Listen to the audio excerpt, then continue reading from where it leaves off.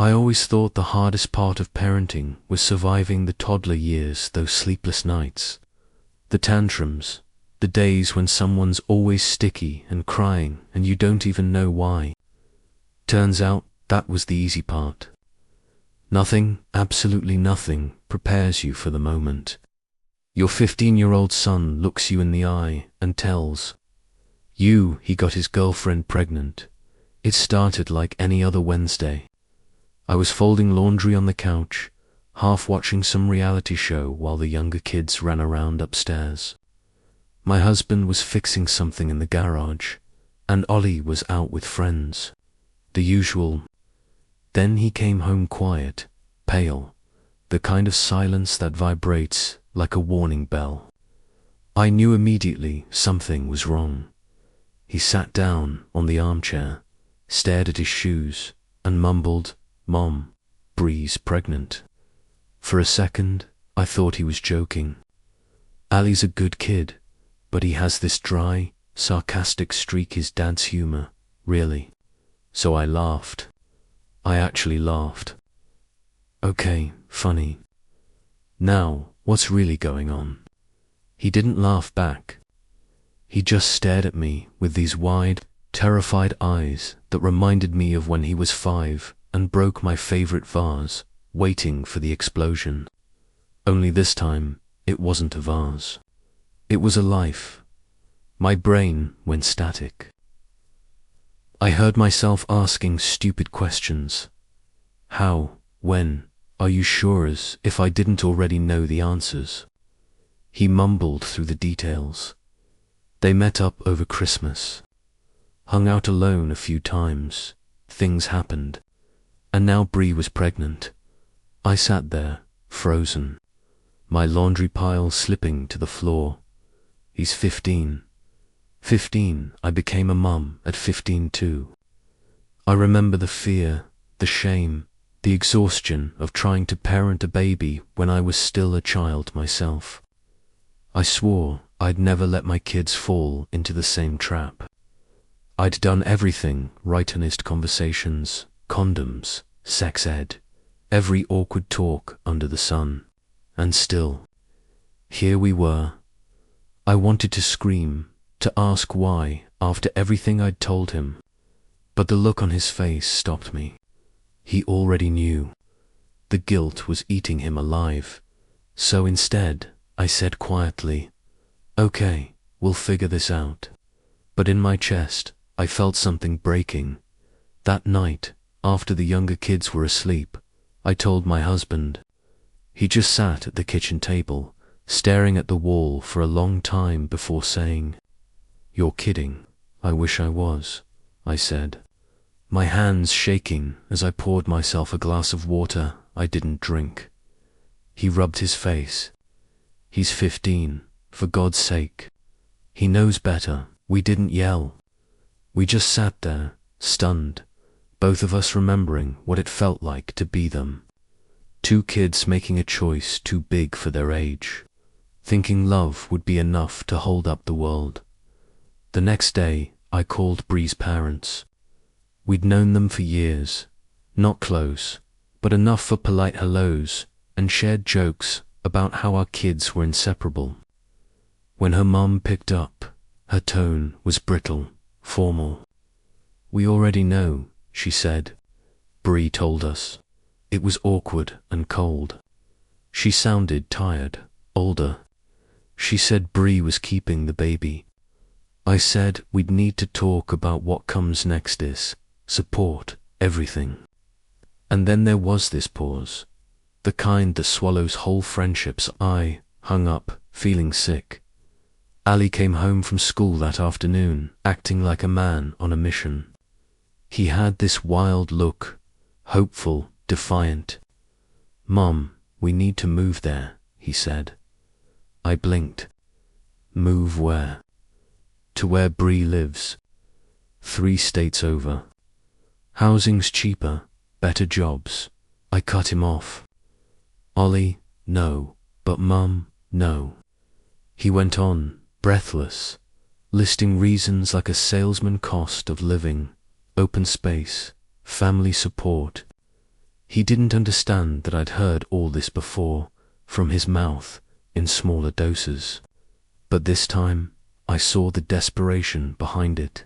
"Ollie," I said finally, trying to sound calm, "we're not uprooting our whole family for this." He crossed his arms. "You just don't want me to be with her." "That's not it." "Yes, it is."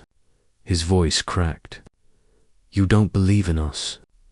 You think I'm stupid? You think I can't do what you and Dad did?" That hit hard. Because he was right about one thing, I didn't believe it. I didn't believe love, at 15, could carry a baby, a mortgage, a marriage. I'd done it myself, but it nearly broke me. He stormed off to his room, slamming the door so hard the baby started crying upstairs. I sat there, shaking, listening to my husband pacing in the hallway. "Do you think it's even his kid?" he asked quietly. I didn't answer. I didn't want to say the words out loud. That night, I couldn't sleep. I kept replaying everything in my head, their Christmas reunion. How happy Ollie had been to see Bree. I'd thought it was innocent. Childhood friends reconnecting. I never imagined they'd end up here. I thought about Bree's family, about how they'd packed up their lives to move away for a better future, how this would derail everything, how it already had.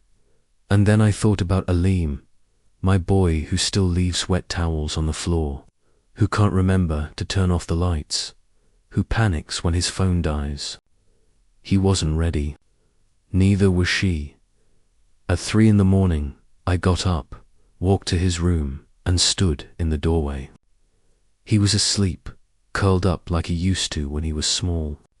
For a moment, my anger dissolved into something else. Grief, maybe.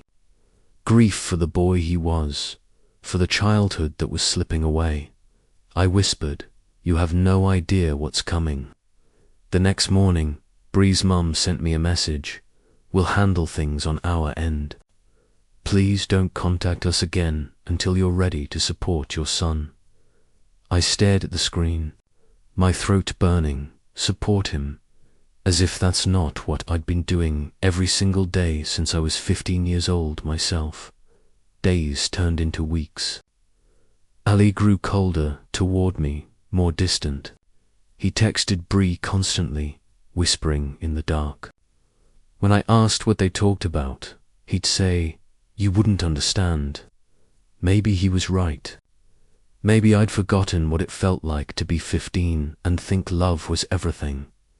Then one afternoon, he came home with this determined look. "I'm saving up," he said. "For the baby." I asked how. He said he'd been mowing lawns for neighbors, doing odd jobs. He was trying so hard to prove he was grown, capable. It almost broke my heart. But when he said, "We're naming her Hope," I had to look away. Hope, that was the same name I almost gave him before he was born. A week later, Bree's mum blocked me on social media. Then her dad stopped replying to my husband's texts. I realized we were the villains in their story. Now the cruel parents keeping two young lovers apart. Ali stopped eating dinner with us. Stopped talking altogether unless it was about the baby. He started saying things like, "You can't stop me from being a dad, and you don't get to control my life." Each word felt like a knife. I tried to explain that we weren't forbidding him from caring, just protecting him from rushing into something irreversible. But he couldn't see that. To him, I was the enemy. I said, "Ollie, you're 15. You don't even know if the baby's yours yet." He froze, then, quietly, he said, "You think she'd lie?" "I don't know," I said honestly. "But we'll do a DNA test." And then he cut me off with a shout. "You're disgusting." He slammed the door again. That night, he texted Bree everything I said. The next morning, she and her parents had completely cut contact. And just like that, the bridge between our families collapsed. The house felt quieter after that. Not peaceful, quiet, tense, quiet, heavy with unsaid words. My husband and I argued in whispers. The younger kids picked up on the tension, asking why Ollie was mad all the time. I didn't know what to tell them. I started crying in the shower, so they wouldn't see. One evening, I found Ollie sitting in the backyard, staring at the stars. I sat beside him, silent for a long time. Finally, I said, "I know you think I'm trying to ruin your life, but I'm not." He didn't look at me. "You already did." My chest tightened. I wanted to remind him that I'd been there too, that I'd fought the same battles, heard the same judgments, but none of that would reach him. He didn't want empathy. He wanted validation. He wanted me to say, "You're right, son. It'll all work out, just like it did for us." But that would be a lie, because even though my husband and I survived, it wasn't a fairy tale. It was blood and sweat and tears and therapy and nights when we thought we wouldn't make it, and the thought of Ollie walking that same road terrified me. So I just said, "I love you. That's why I'm trying to protect you, even if it doesn't feel that way." He didn't answer. He just stared into the dark dot, and for the first time since he was born, I realized I couldn't save him from his own choices.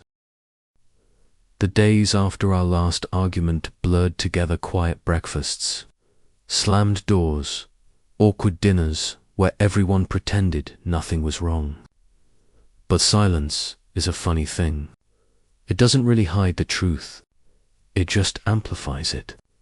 Every word unspoken between Ollie and me seemed to echo louder than the ones we actually said. He stopped coming home right after school. I'd find his backpack tossed on the couch, his shoes missing, and his phone off. My stomach would knot until I heard the gate creak open hours later. I wanted to scold him, to say, "Do you know what you're putting us through?" But I didn't. I just asked if he'd eaten. He'd grunt, "Yeah," and disappear into his room. That's how it went for weeks at night. I lay awake beside my husband, the air between us heavy with unspoken blame. He'd sigh and roll over, muttering, "He's your son," like that meant something. I'd bite my tongue, thinking, "He's ours." But I understood what he mentally: stubbornness, his impulsiveness, his way of believing love conquers everything. That's all me. One evening, after the younger kids went to bed, I decided to knock on Ali's door. "Go away," he said immediately. I opened it anyway. His room smelled like teenage boy sweat chips, and that weird deodorant he insists smells cool. He was sitting at his desk, scribbling something in a notebook. "Can we talk?" I asked. He sighed loudly, but didn't stop writing. "About what?" "How you hate Bree. How I ruined my life." I swallowed. "No, about what comes next." He finally turned, his face half lit by the lamp. There was a hardness in his eyes that didn't belong to a 15-year-old. "What comes next is that I'm going to be a dad. Ollie, you don't even have a job. I'll get one. You're still in school. I can do both." I closed my eyes for a second. "You can't even keep your room clean." That made him snap. "You think I'm a joke? You think because you and Dad got lucky, no one else can make it lucky?" I repeated, stunned. "You think what we went through was luck? I missed college. Your dad worked 3 jobs. We barely made rent half the time, but you made it," he shouted. "You always talk about how proud you are of building this family, this life. Why can't you believe I can do the same? Because you're 15. The words came out sharper than I intended. He flinched, then turned away, his shoulders tight. "I'm not a kid," he muttered. Double quotes. "Yes, you are," I whispered. "And that's okay. You're allowed to be a kid right now." But he didn't hear me.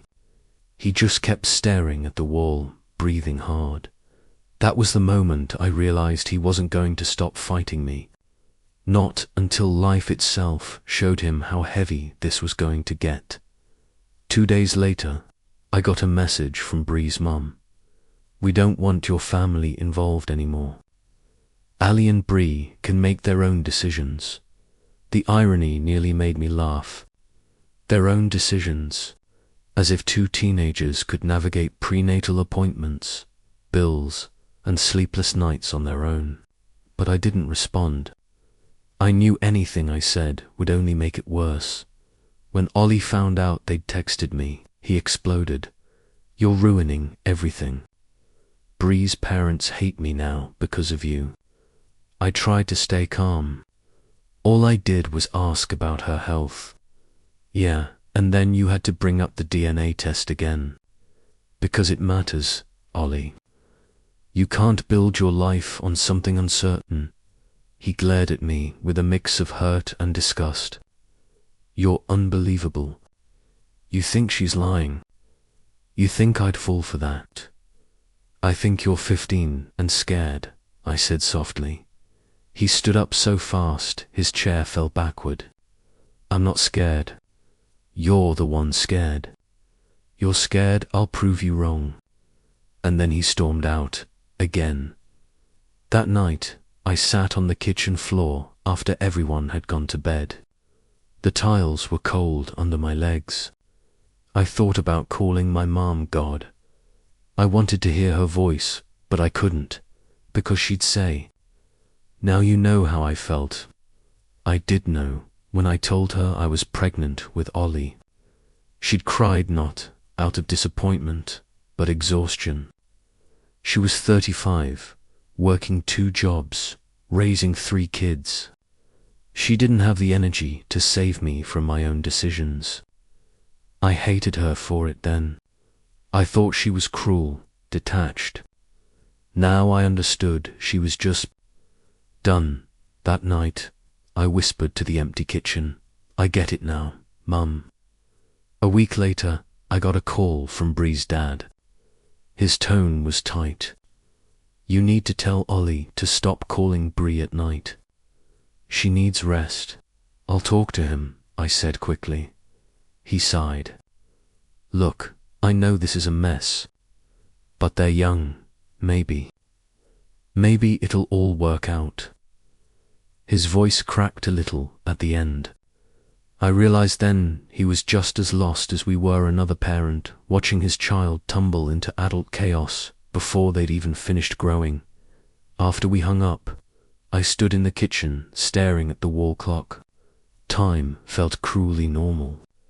The younger kids would be home soon. Dinner needed to be made. The world kept spinning. Meanwhile, everything inside me was collapsing. That evening, I confronted Ali, again gently this time. "Your job right now is school," I said. "You can't fix this by throwing away your education." He just shrugged. "School doesn't matter if I'm going to work. Work where? You're 15.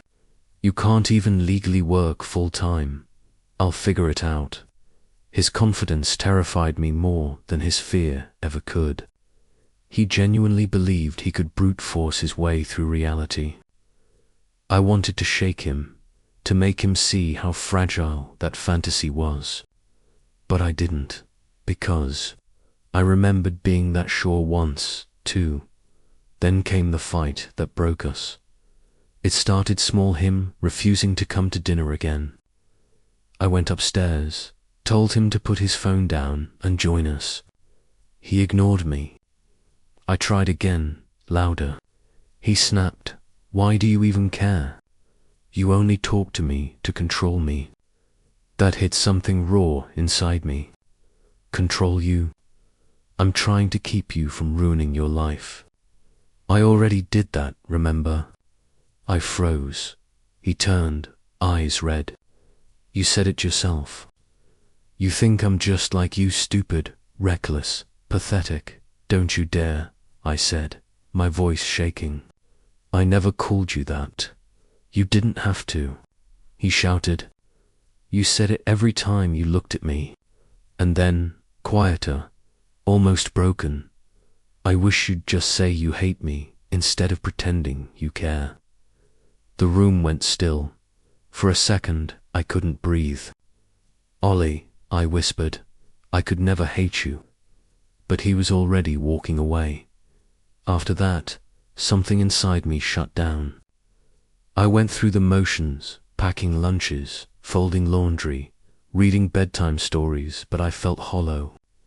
My husband tried to comfort me, but his patience was wearing thin too. He'd mutter things like, he needs to learn the hard way, or, you can't protect him forever. I knew he was right. But the truth didn't make it hurt less, then. One morning, I found Ollie's bed empty. His phone was gone. His wallet too. My heart stopped. We called everyone his friends, the school, even Bree's parents. No one knew where he was. My husband drove around for hours while I sat by the front door, shaking, waiting for the phone to ring. When it finally did, it was Bree's mum. He's here, she said, her voice cold. He took the bus last night. I felt like I'd been punched. Put him on, I said, but she didn't. He's staying with us until things calm down. Absolutely not, I said, standing up. He's 15. You can't just, she hung up.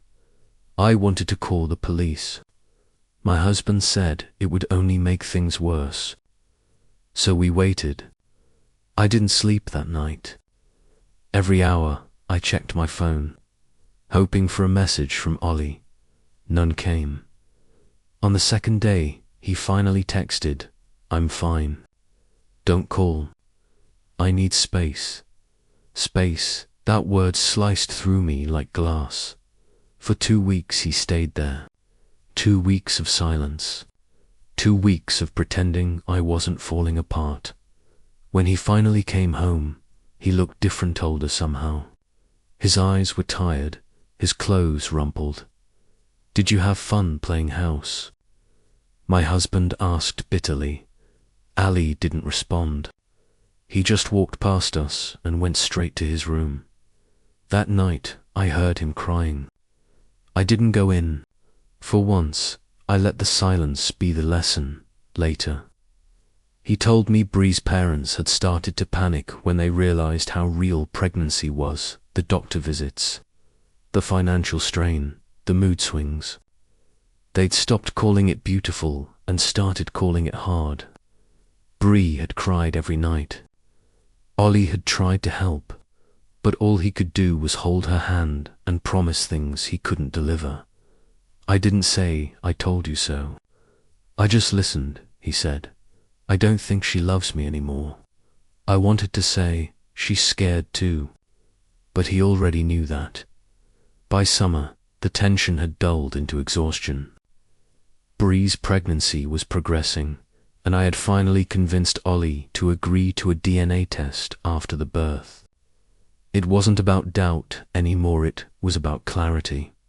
Closure, still. The space between us felt permanent now, like something vital had cracked. I kept wondering if this was the moment my son truly stopped needing me, or worse, stopped wanting me.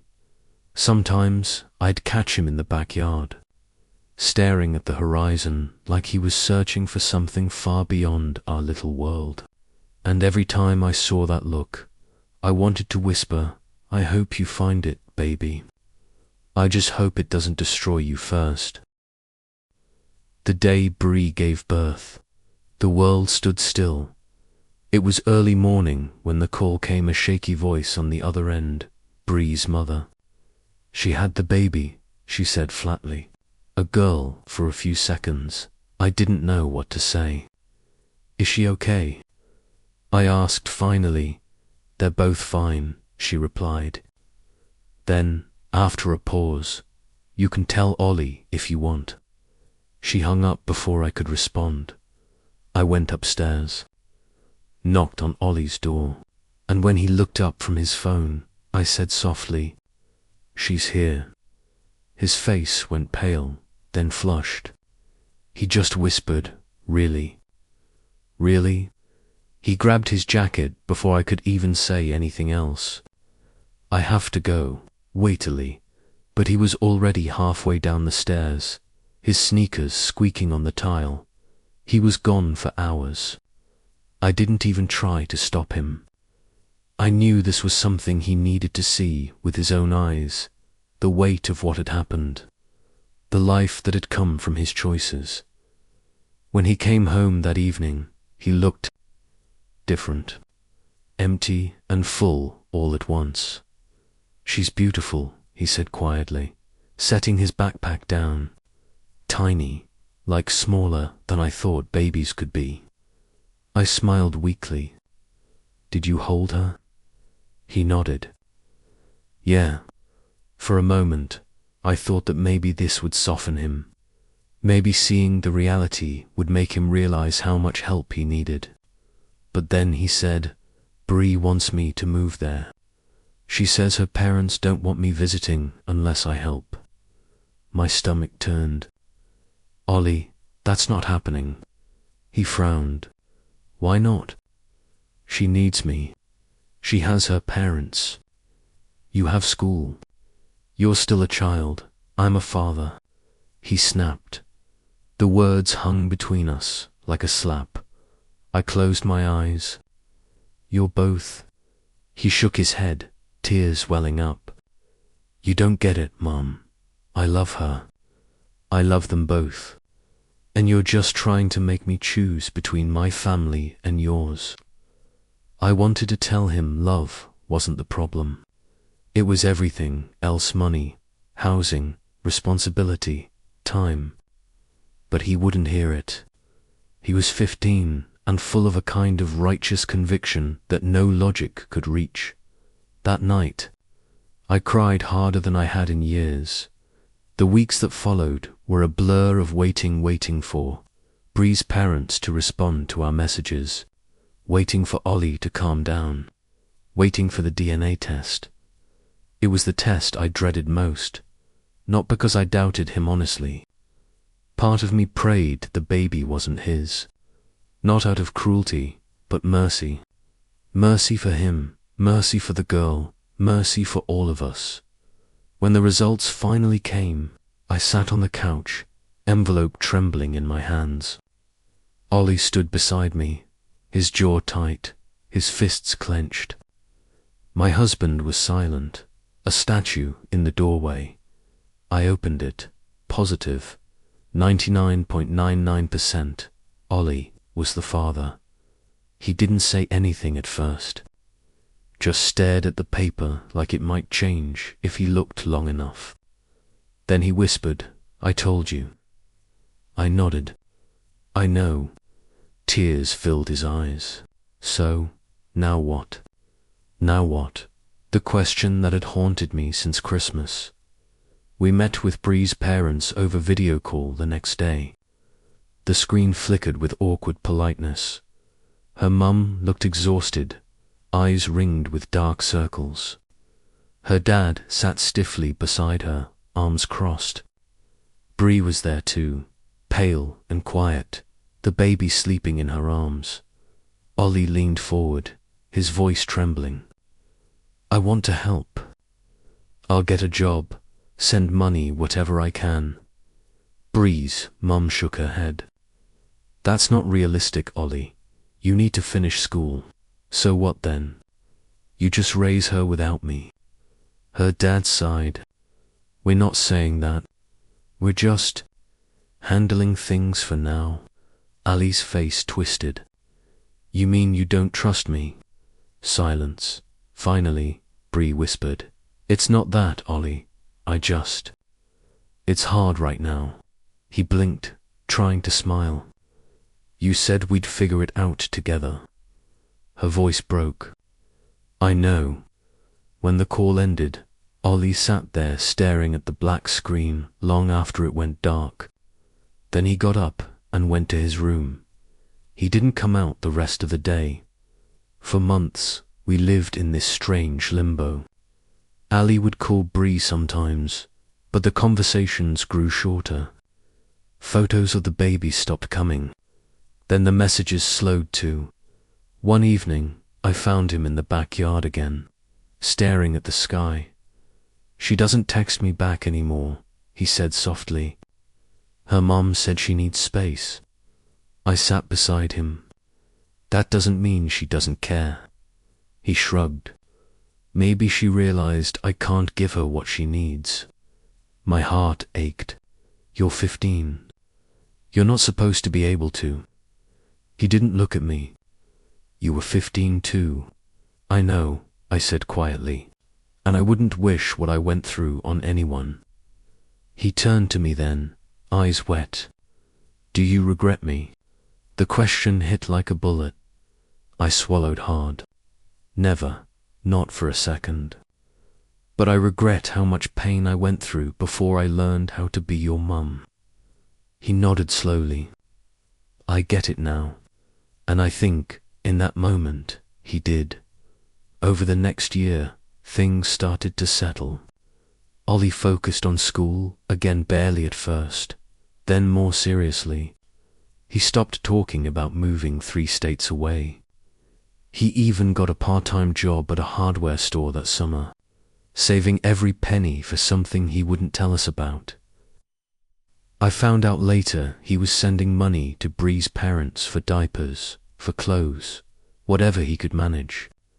They hadn't asked for it. He just wanted to do something right sometimes. When I caught him counting his cash in the kitchen, I'd feel this swell of pride and heartbreak all at once. My little boy was gone. He was still just a kid, but one carrying the weight of a man. Then, one afternoon, he came to me holding an envelope. "I got into the trade program," he said. "It's part-time, starts next fall." My breath caught. "You're serious?" He nodded, a shy smile tugging at his lips. "Yeah. I figured if I can't be there for her every day, at least I can build something solid. Like you and Dad did." I hugged him so tight he laughed. For the first time in months, I felt something like peace. He didn't see Bree much after that. She sent pictures, occasionally the baby growing, smiling, learning to crawl. They talked every few weeks, awkward but kind. There wasn't bitterness between them anymore, just distance. One night, I found Ollie looking at a photo of the baby on his phone. "She looks like me," he said softly. "She does," I agreed. He smiled faintly. "Maybe one day I'll get to know her. When she's older." "You will," I said. "When the time's right." He nodded, and for once, didn't argue. Life crept back to normal, or, at least, a new version of normal. The younger kids adored Ollie again. My husband and I started sleeping through the night. The storm had passed, leaving behind this quiet, tender aftermath. But sometimes, I'd look at Ollie and still see the 15-year-old who stood in front of me that night, scared and shaking. And I'd remember that no matter how grown he becomes, he'll always be the boy who taught me the hardest lesson of motherhood. How to love your child without rescuing them. A year later, I found myself at a family barbecue, watching Ollie toss a ball to his little brothers. He was laughing, really laughing, the kind of laugh that comes from forgiveness. A woman I barely knew leaned over and said, "You're lucky. He seems like such a good kid." I smiled, the ache in my chest both heavy and light. "Yeah," I said. "He is. He just had to grow up faster than most." That night, when the house was quiet, Ollie came into the kitchen. "Mum," he said, "can I ask you something?" "Of course," he hesitated. "If you could go back to when you were my age. Would you change it? I looked at him for a long time. The hum of the refrigerator filled the silence. I don't know, I said finally. I think I'd change how scared I was, but not what came from it, because without that, there's no you. And without this everything that happened this year, you wouldn't be who you are now. He smiled a little, eyes glassy. I guess we're both proof that mistakes don't have to ruin your life. I reached across the counter and squeezed his hand. Only if you learn from them. Months later, Bree sent one last message, a picture of their daughter on her 2nd birthday. 2 candles, a chocolate-smeared grin. The caption read, "She's happy. Hope you're doing well." Ali showed it to me silently, then tucked his phone away. "She looks good," he said. "She does," I replied. We didn't say anything else. We didn't need to. Now. Sometimes when I see him walking to work in his uniform, head high, backpack slung over one shoulder, I feel this strange ache in my chest, half pride, half sorrow, because I know how much he's already lost, and how much he's gained. And I know one day, when that little girl asks about her father, Bree will tell her a story about a boy who tried, who made mistakes, yes, but who tried to do right. And maybe, just maybe, that's enough. Parenthood isn't just about protecting your children. It's about letting them fall and trusting they'll get back up. It's about learning that sometimes love means standing still while they run headfirst into the same fire that once burned you on, waiting, arms open when they crawl back out. I used to think being a good mother meant never repeating my own mistakes. Now I know it's about helping my child survive his. Ollie taught me that, and every time I see him smile now, every time I hear him talk about his plans, I think maybe we did okay after all, because even when life knocked us flat, we still got back up, together.